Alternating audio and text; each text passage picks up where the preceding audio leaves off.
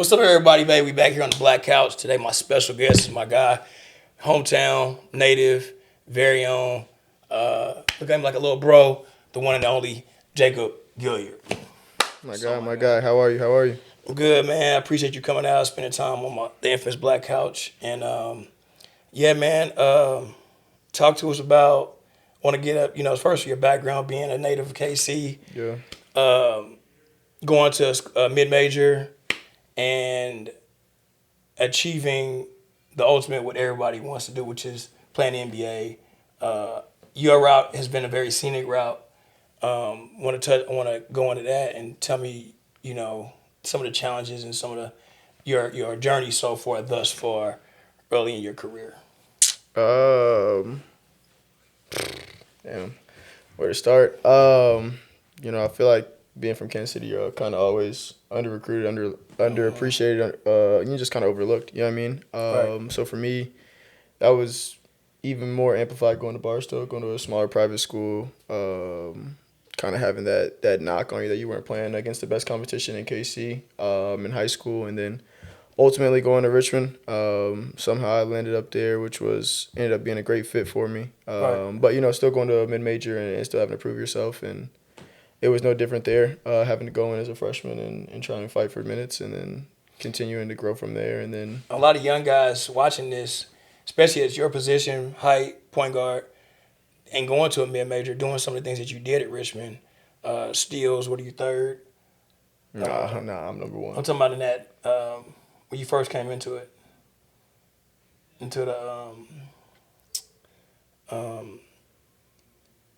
the conference.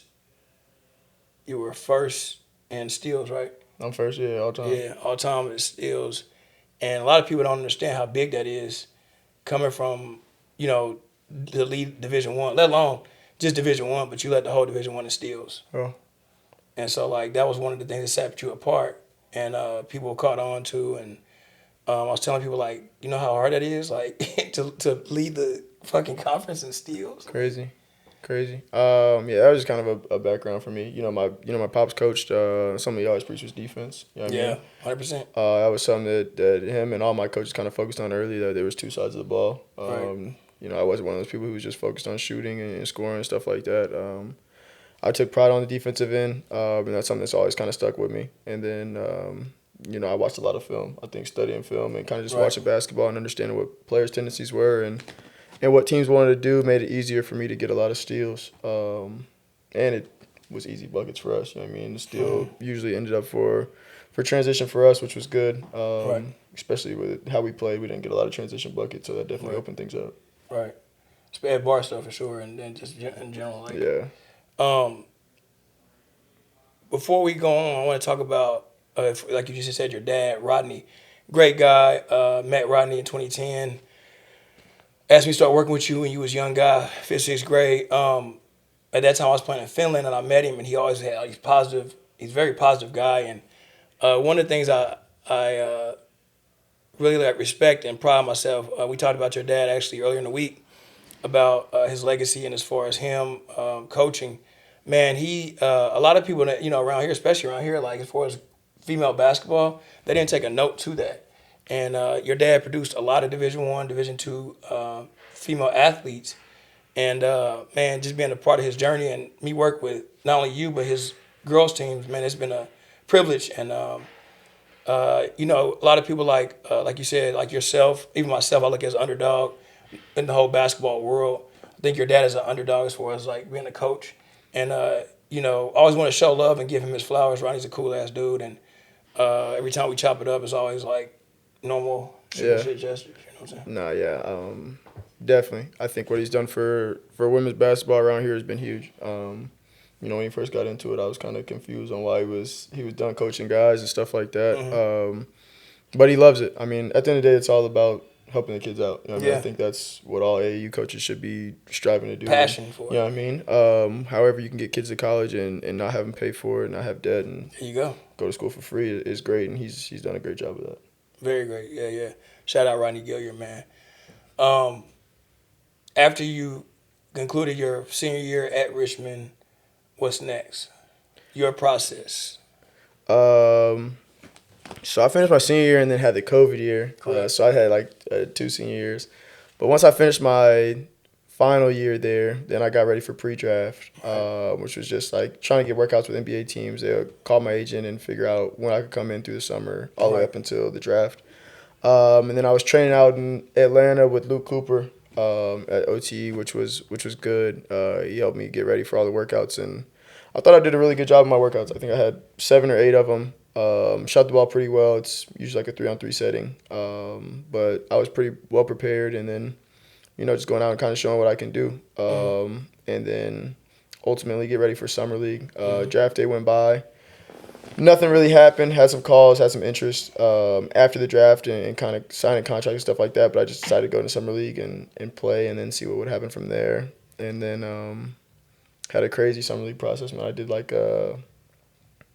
I started with Golden State. Like there was like two different summer leagues. Like there's one in Utah and then one in California. And then before everybody goes to Vegas, so I went to California with Golden State. And then I played in like 2 or 3 of the games. Not a lot of minutes, didn't start anything crazy, but played fine. And then we were bringing like 20 guys to Vegas, and I was like, well, at this point, I'm probably never gonna play. Right. You know what I mean? I know how they go. So me and my agents just switched it up. Ended up going to play with Minnesota. Played three of the 4 games, so it was fine. Did all right, but then ultimately just had to sign with Memphis's G League. But I got to go to training camp. Went to training camp with Memphis. It was fun. Got to meet guys. It was good. Got to compete. And then got ready for the G League season with the hustle. Had a really good G League season. Led the league in assists. Led the league in assists to turnover. So it was shot well from 3. It was good. And then ultimately got that call up at the end of the year with the Grizzlies and converted me to a 2-way, which was huge for me. Man, that's a very scenic route. And I know as far as the mental part of that, what's going through your head mentally? Going through all these, I mean, because I didn't make it to that part that where you are, and mentally for me, playing overseas was hard because I had to always stay ready Yeah. and not know where I'm going. I Right. get that email or that call like, "Hey, you going here?" Right. And you got 48 hours or you Yeah. got 24 hours, and you just like got to just throw everything in the bag. I joke around, but I lived out of 2 bags in a duffel bag. I mean, a backpack. Yeah. And I'm like, dude, that's how my life was for 7 years. So I'm just Right. like, you just never know. And so like yours is way different. You did all this going into your Yeah. scenario. Within the 2 or 3 months, you've been in what, 6, 7 different situations. You know what I mean? Yeah. Similar to what you're talking about, just kind of always being prepared. But for me, my first year was a lot of waiting. Yeah, I mean, I think like when you're in the G League or even when I was a 2-way at the beginning of the year, before I started really playing with Memphis, it was just kind of waiting and just hoping to get that opportunity. You know what I mean? You think you're playing well and you think coaches are noticing or front offices are noticing, and it's like nothing's paying off, which is Right. definitely tough mentally. I think when our G League season finished, I was like, I had a really good year and nothing came You had a of hell of it. a G League year. Yeah, I mean, I was like, nothing came of it. So it's easy to get frustrated. And then luckily I got the call, and then, you're kind of just flipped in a situation. You know what I mean? You went from playing Yeah. in the G League and then you go to sitting in the actual league. So it's just kind of being being ready to adapt to anything. You know what I mean? Just kind of being ready for whatever's thrown at you and just trying to make the most of any situation and any opportunity that you get. When you got the call up and like you said, you were sitting, right? Yeah. So what's going through your head? And now you have a different role. Yeah. What is that role? So like when I was in the G League, I was starting playing A lot of minutes. 40, yeah, I was gonna say 40 to 48 like, minutes. Like, kill it. But then when you go up to the NBA team, you're playing. You're the one playing in practice. You know what I mean? You're going through the workouts and all that. You're going through tough. While the guys that are the rotation guys are kind of just practicing, but they're not having to play. So you're kind of just in every practice you're treating it like it's your game. You know what I mean? And then you're kind of just waiting for that opportunity. You know what I mean? Fortunately enough for Memphis with me, unfortunately but fortunately we struggled. You know what I mean? Ja was out for the first 25. Right. So I was just hoping to get a couple games here and there. And then we had some injuries, we had some struggles, and coach was just like, we need to try some things new. And so my number got called. I started playing a couple minutes. I played like 11 or 12 or 9 minutes, and then one day I got to start, played well, and then just try to keep going from there. But even after that, it's a lot of inconsistency. With NBA, there's so many good players. It's a business, and You know what I mean? yeah, There's so many good players. It's like you play bad one game, you play bad 2 games, or not even bad, just play or you guys aren't as successful as you want. You know what I mean? Coaches will start trying somebody new. Somebody else will get that opportunity. So you just and it's like basically what you're saying is a small margin. Yeah, For error. for sure. And at that level, and you know your role, as the call up was, your role is what? What do they expect out of Jacob? Right. Going into that, as far as it goes back to the mental part, getting into the situation, you have to go in and there's so much mental stress. That's where the mental fortitude comes in. Mm-hmm. And how did you channel that to get out there? You just played, or you already knew your assignment? You know what I mean? Because some people, they can't do well under stress. Yeah. You know, because they're worried about, I don't want to mess up. I don't want to. Right. So how did you deal with that part? I think at first you have a little bit of that I don't want to mess up. But then you kind of realize, like, for me, it was like Marcus Smart was just kind of like, you're coming out anyways. You know what I mean? Like, at the end of the day, you got a set number of minutes. Like, you're probably not going to play more than that. So you might as well go out there and try and do what you do. You know what I mean? I think that's when people struggle, is kind of when they're uncomfortable. Right. And so it's kind of just going in there and embracing it. You know what I mean? It is what it is. You're here for a reason. It's just kind of trusting the work you've put in. You know what I mean? I think that's all really you what can do. Exactly. That's what it comes down to. You know what I mean? At the end of the day, the work always shows. And so if you've been putting in work, you'll have some success. If you haven't, it'll get exposed. Who did you enjoy playing with in Memphis? I enjoyed the guys that we had. We had a really good group. I think they'll be really successful this year with Ja coming back and all the guys being healthy. Very talented guy. When I was playing though, it was fun to play with Des Bane. Just kind of the way he played was easy for me as a point guard, Right. and how I wanted to play. I got shots off of him as well. He just attracted a lot of attention and made it easier for sort of everybody. But it was fun to go compete with all those guys. What as far as playing in your first game, getting in, playing, what's going through your head? Oh, like, man. Like when Yeah. you like, I'm in here. Yeah, nah, I wasn't like I'm in I'd here. be like, man, I might chuck up. I might just get in and just, you know me, I'm chucking it up quick. It's crazy because I got in, so you check in. I checked in. You gotta and swing like, the ball or no, I was wide open, and I was like, oh no, I can't shoot right when you know what I mean. Right when you check in, you don't want to shoot, You in the league? That's what it's about. bro. So I checked in, caught in the corner, and I knew it. I knew it was coming my way. Caught in the corner. I like waited as long as I could for this guy to rotate so I could kick it one more. And then afterwards, later, like the next time out, the coach, one of our assistants was just like, Why you yo. didn't shoot it? He was like, you can't do that again. He was like, I told hey, you. you have to be a threat. And so I was like, at that point, I was like, all right, bet. Like, if I'm open, As soon as you in that thing. it's probably got to go up. You know what I mean? You don't get a run up and down the court to get a feel for it. So it's like you check in. If you're open, you got to let it fly. A lot of guys don't know, the NBA is about, like you said, roles, and Yeah. and everybody has a role. And so, like, if your goal is your role to shoot, is a score, that's what you do. Right. So guys gonna jack that thing up regardless. So you was like, if you able to get 1 or 2 attempts up, that's good. Right. Because everybody has assigned roles. Mm-hmm. What is one of the challenging things about that part?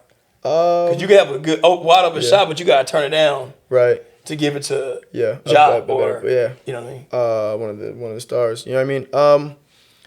I think the challenging part is that people often want to get outside of the role.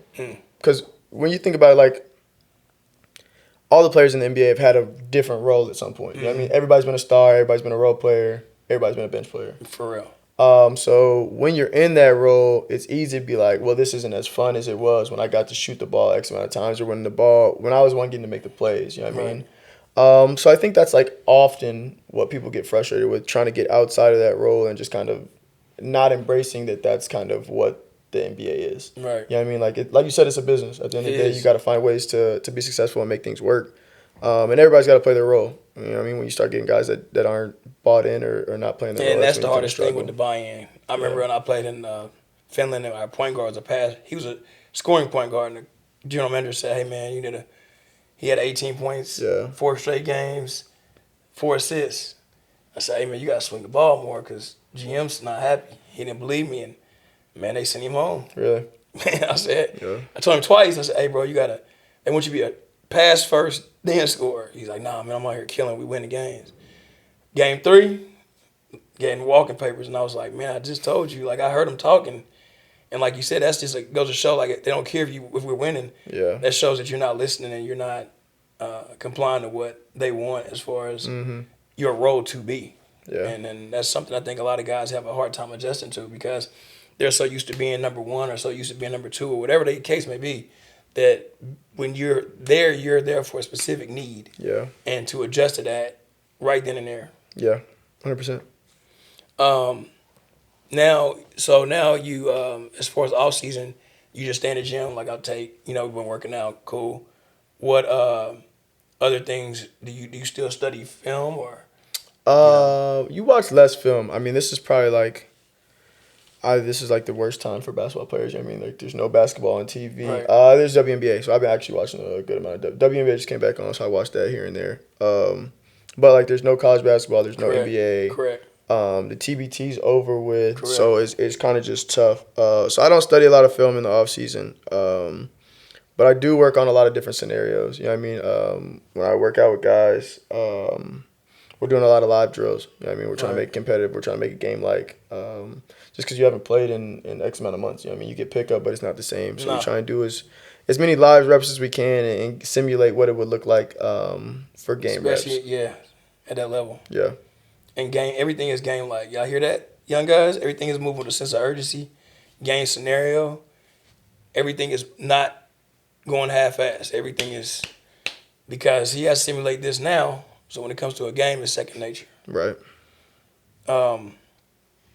What are some of your goals this upcoming season that we've been working on and you've been working on, traveling here and there? Like, what are some of the things that you look forward to this upcoming? I think one of the bigger things that I wanted to do next year was shoot better off the dribble. Okay. The NBA game now is kind of just threes and layups. They want less in between. I know. That's what I'm like, man, how do you do? Yeah, it's different. But Your 3 looked good last year. So. And I shot the ball well last year, but I shot really well off the catch. In Memphis, I had a lot of catch and shoots.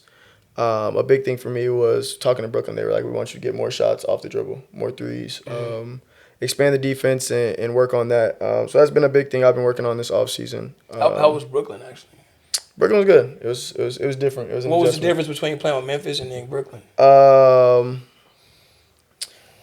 I think Brooklyn had made adjustments throughout the year, and they had just lost 3 superstars not too long ago. Yeah. So I think they're in a little bit of adjustment period. I think they also, in Memphis when Ja was out, we knew who our guys were, and when Ja was back, we knew who the guy was. I think in Brooklyn we tried to go to Cam Thomas a lot, but it wasn't established. Like we also had Schroeder, who's right. who could also arguably be our best player. We had Mikal, who could arguably be our best player, and then we had Cam. So we were just a little indifferent. But I think, Memphis is a little more structured and kind of just, we knew what we wanted to do. In Brooklyn, I was also only there for 4 games, so a little different. What is, name one player that you would say that all-around game that being seen in person just like unreal? Jokic was pretty impressive. Jokic was Jokic. Yeah, it was, I mean, when we played him, he didn't miss a shot. I think he went like 11 for 11. And he's so unorthodox, dog. Yeah, he's just kind of playing at his own pace. You know what I mean? There's a lot of good guys, bro, but he was one that really stood out. I remember after the game being like, I don't think he missed on us, and then I went to the box score, and sure enough, he did miss. It was crazy. 11 for 11? 11 for 11, and it wasn't just like 11 for 11 layups. Like a couple threes, a couple mid ranges, a couple floaters. Like seeing him in real life is just kind of like he's kind of at his deceptive. own pace. Yeah, I mean he's not fast. He's not really.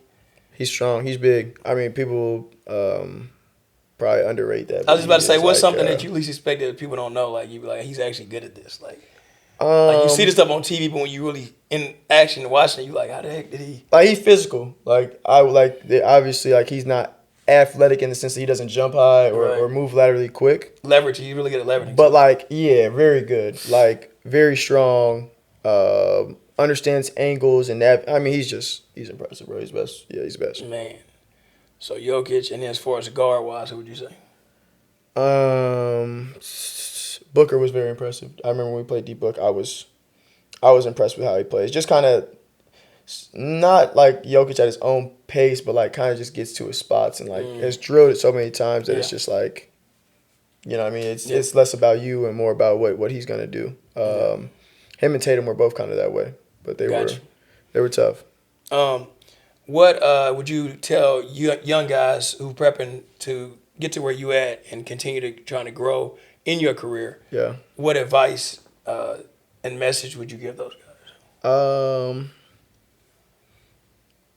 You know, hard work is kind of cliche, like just saying, you know, work as hard as you can.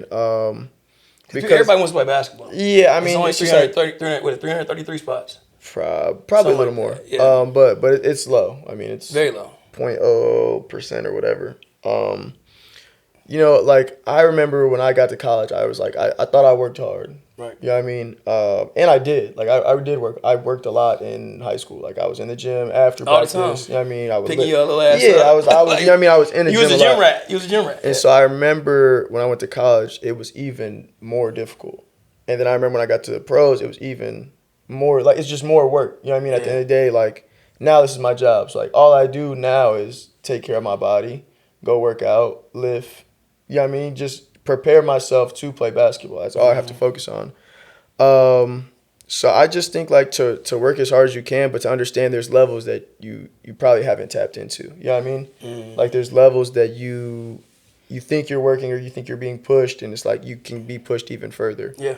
But also just kind of like, you know, have fun with it. I think like so often we get caught up in having a goal in mind and like this is what I want to do, and so you drive yourself to get there.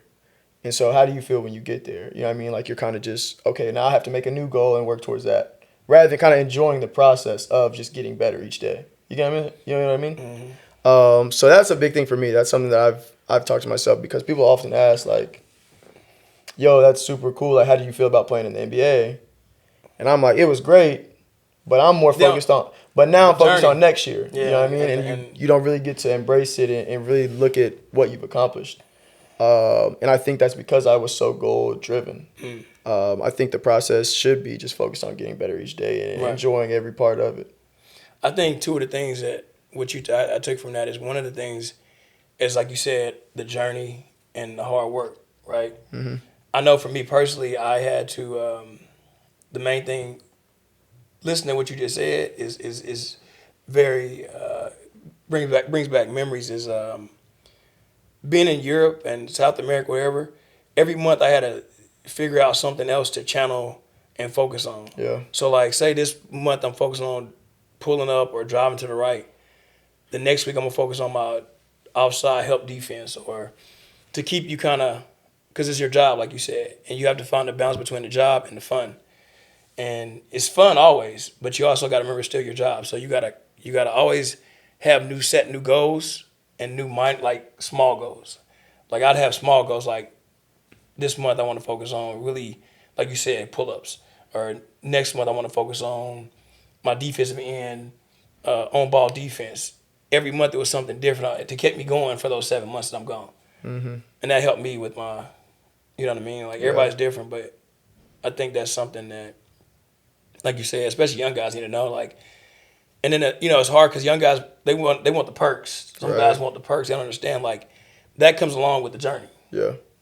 And can you kind of like tell guys like, hey man, if you focus on like basically like the work, right, then that shit'll come. You know what I'm saying? Like, and coming from a guy who's already in there, they need to know that. You know what I mean? Like, you got to put in the work. Like, no one's telling you to get up and come do weights, work on some off the ball dribble pull ups, leave.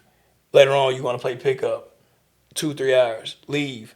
Then you gonna work on your body as far as stretching and body work, stuff like that. You know what I mean? No one's telling you this. Right. It's on Jacob. Yeah.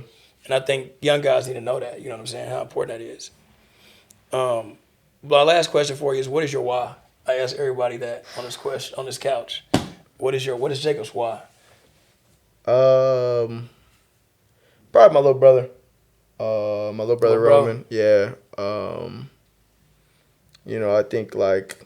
That'll tell the guys about little bro. My little brother Roman is 19 now, getting old. Just graduated from high school. About to take a gap year.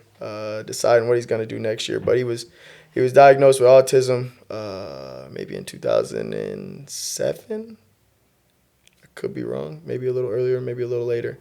But yeah, and so he's my why. The most competitive guy I know. You know what I mean? Smart as hell. Super smart, super funny, super personable. It's Not crazy. not athletic for a lick. No. But I think Man fell on my treadmill in there. Hey, what is this dude doing? but I think he's my why. Trying to do all of this just to show him. I mean, just to show really everybody that it's possible. You know what I mean? Last year I was the shortest guy in the NBA. And just kind of, trying to make it work for people that aren't often seen as the typical NBA player You know how I go, yeah. or anything like that. You know what I mean? It could be you. So for me, my little brother is my why for sure. Man, that's dope, man. Little bro, he's cool as hell. It's time flies, man. Appreciate you coming out on the couch, giving me time of your day. And best wishes on this upcoming season, man. My man, I appreciate you, brother. I appreciate you. Yes, sir, man. For you guys, like, subscribe, and share. And tune in next time for the next special guest on Couch Confessions.